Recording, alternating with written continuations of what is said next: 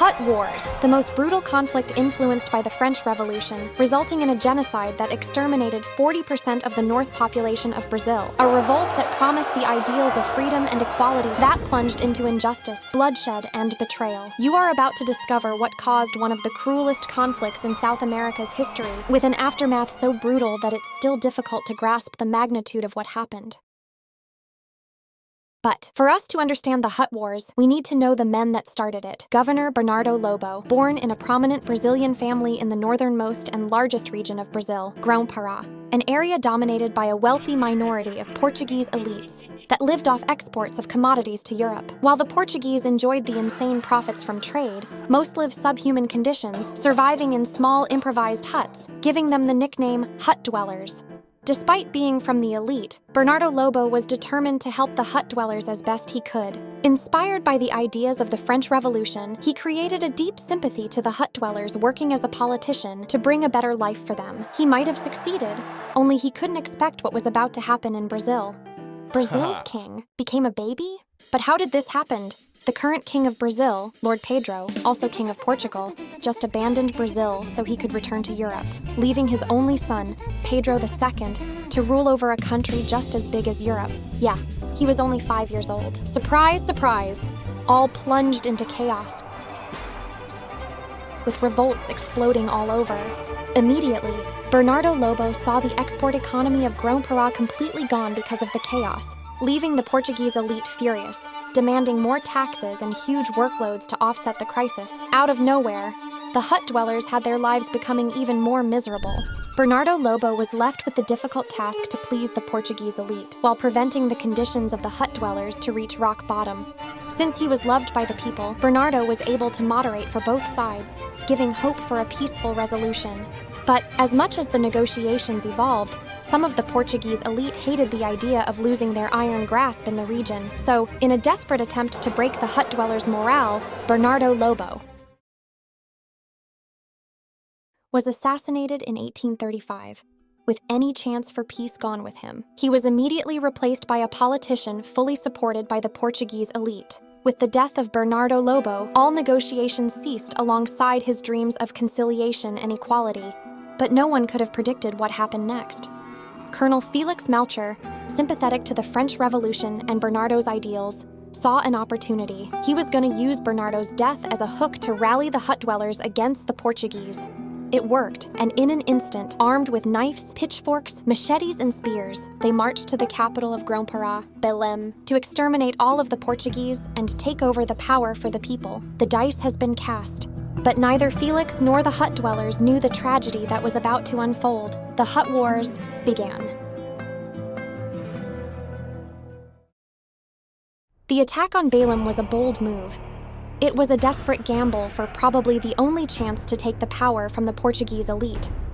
The government forces were expecting a skirmish of only a few hundred hut dwellers, but they couldn't be more wrong. In the horizon, thousands upon thousands of furious hut dwellers after their blood. They would have their justice and equality by their own hands, fighting for justice and equality, once and for all.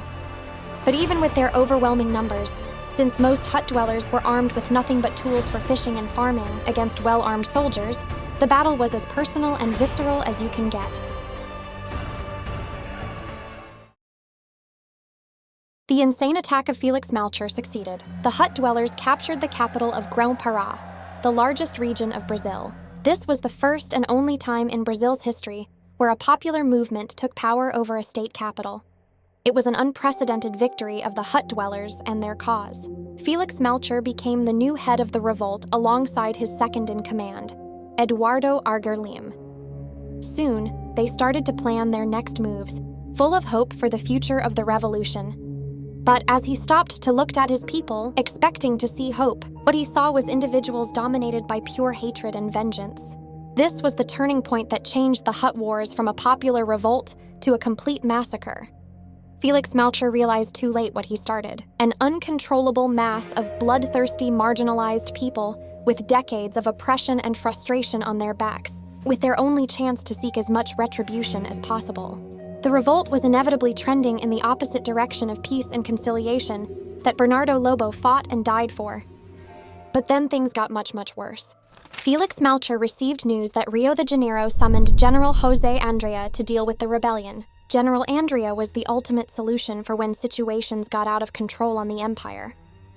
His orders were simple: total obliteration of the rebel forces. The risk of a popular victory influencing other regions was far too great to be shown any kind of mercy. Felix Melcher knew that General Andrea would stop at nothing until all the rebels were killed. Not only that, but Andrea was about to terrorize the region until even the idea of fighting back ceased to exist. The retaliation for the conquest of Belém was going to fall 1,000 times over all the people of Grão-Pará. Felix needed desperately to regain control of the situation before General Andrea arrived and caused an unprecedented bloodshed.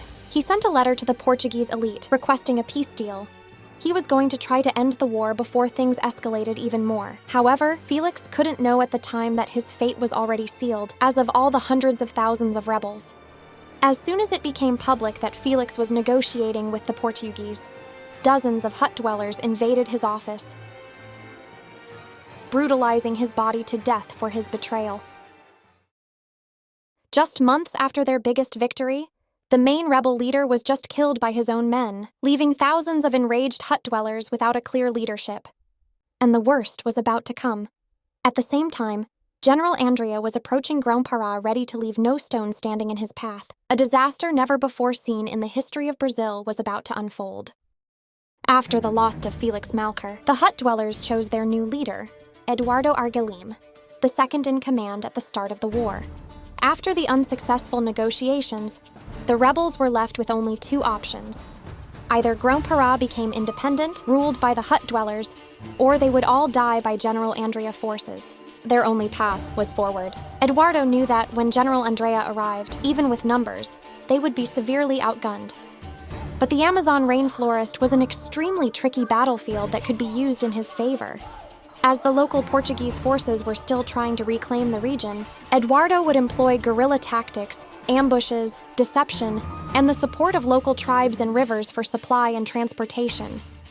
The ingenuity of the hut dwellers severely damaged the remaining government forces.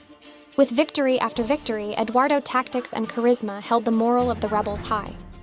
The land was working in favor of the rebels.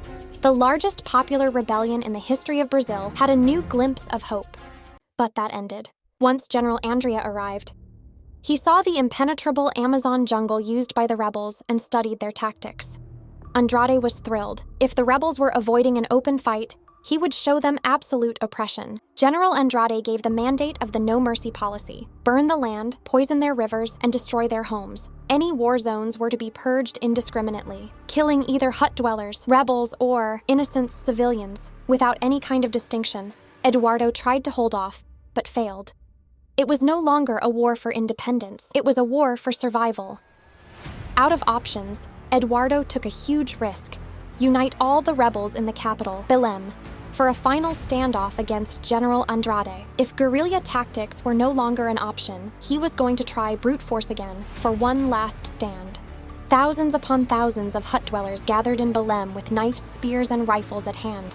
The fight to decide the future of the entire region for centuries to come was set. But when General Andrade arrived, Eduardo came to a chilling realization. Andrade was not there to retake the capital. He was there to burn it to the ground. In a turn of events, battleships arrived at the coast of Belém, armed with siege cannons to hopelessly outrange and overpower any defense or preparation of the hut dwellers' rebels. Unceremoniously, General Andrea gave the orders, and all cannons started to fire at Belém, carpet bombing the city until all inside died or surrendered. When the dust settled, most inside the city perished without a fight. The remaining rebels inside the city were immediately executed. All that was left in the capital were women, children, and rebels. Eduardo managed to escape, but would soon be captured and exiled, being the only rebel left alive, so to not become a martyr.